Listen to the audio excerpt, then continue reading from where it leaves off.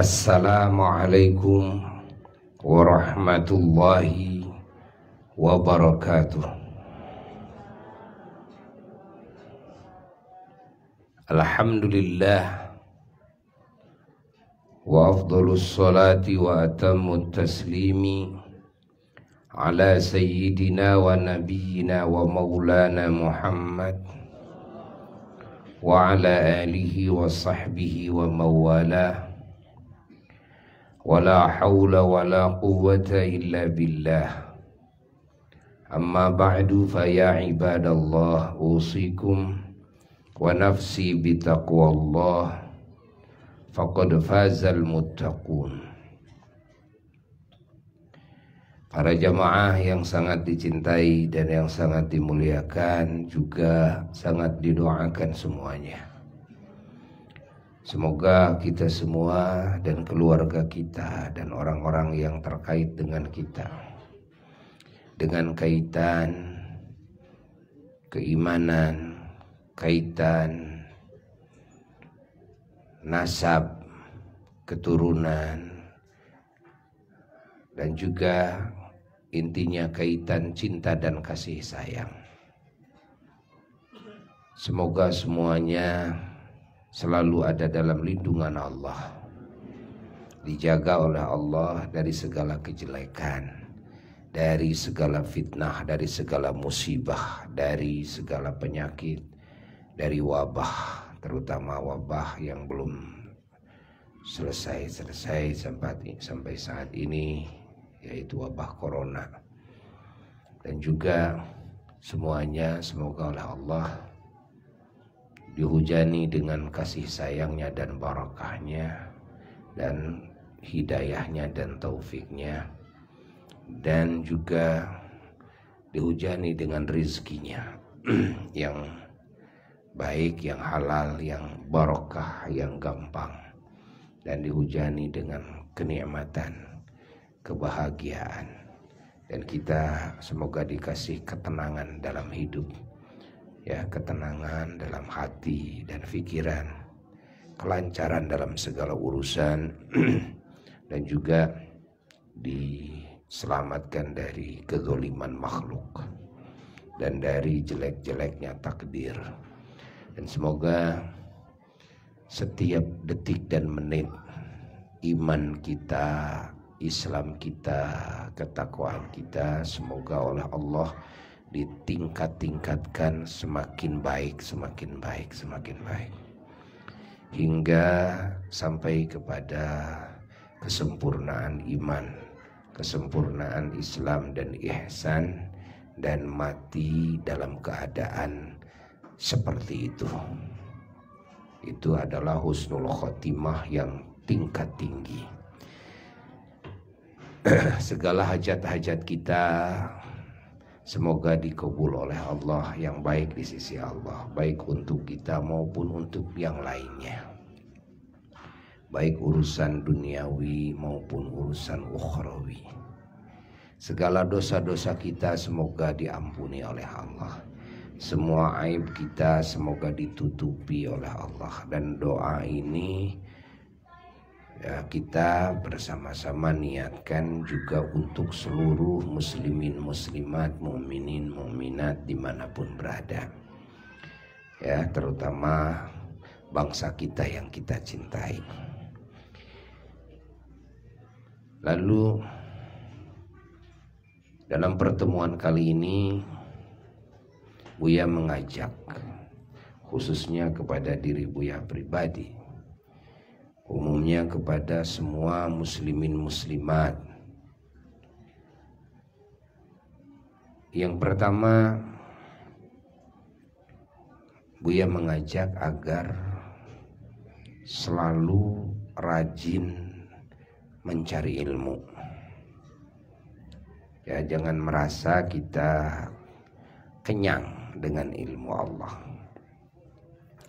Rajin hadir dalam majelis ilmu, karena ilmu adalah imamnya semua amaliyah, imamnya semua amal soleh. Ilmu itu ya adalah kunci pertama yang harus dikuasai. Ingat bahwa iman, keyakinan semua adalah ilmu. Bahwasanya Islam itu ilmu, ihsan itu ilmu, akhlak itu ilmu. Artinya tidak ada satu item pun di dalam ajaran Allah dan Rasul Sallallahu Alaihi Wasallam yang tanpa dasar ilmu. Maka ilmu itu adalah bahan yang paling pertama kali harus dipunyai oleh setiap orang yang menginginkan selamat, bahagia, mulia dari dunia sampai akhirat. Bahan yang pertama apa? Ilmu. Yang kedua adalah pengamalan ilmu, kan? Yang ketiga adalah penyebaran ilmu, taklim, tabligh, dakwah, itu urusan ketiga. Urusan pertama terus kita menambah pembendaharaan ilmu, kan? Karena asas segala asas adalah ilmu. Ingat, asas segala asas adalah ilmu. Maka mencari ilmu adalah langkah yang harus didahulukan dan harus diabadikan. Kenapa harus diabadikan? Karena ilmu itu luas sekali sehingga tidak bisa dikuasai oleh kita hanya dalam waktu sehari, 2 hari, setahun, 2 tahun, 10 tahun, 20 tahun, kan? Oleh sebab itu, mencari ilmu itu harus diabadikan. 1 harus didahulukan, 2 harus diabadikan. Lalu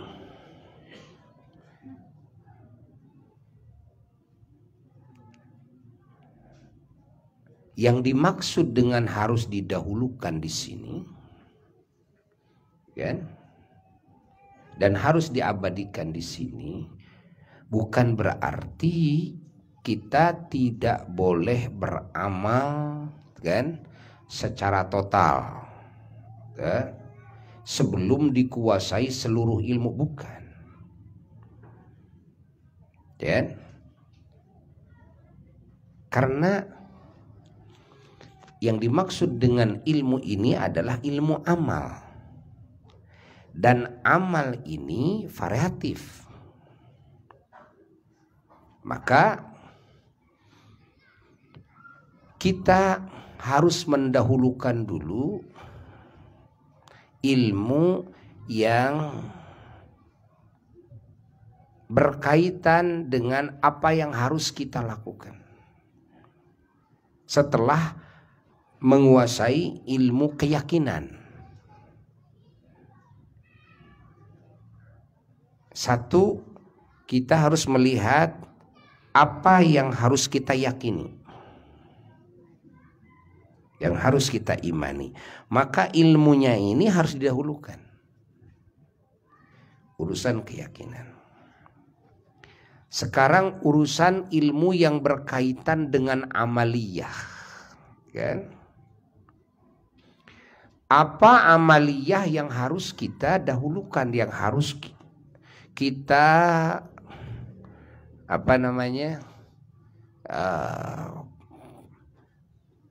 yang harus kita perhatikan lebih dulu.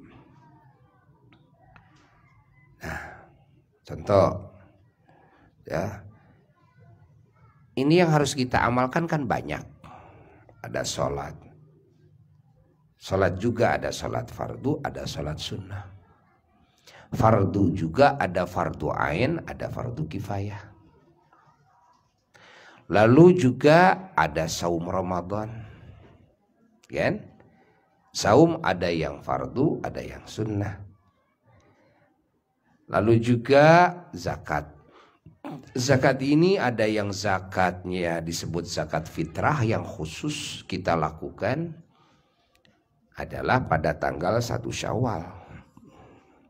Tidak di waktu yang lain. Ada zakat yang waktunya tidak ditentukan dengan Syawal, kan? Ini waktunya itu ditentukan dengan mulai kita, kan, memiliki harta yang wajib dizakati.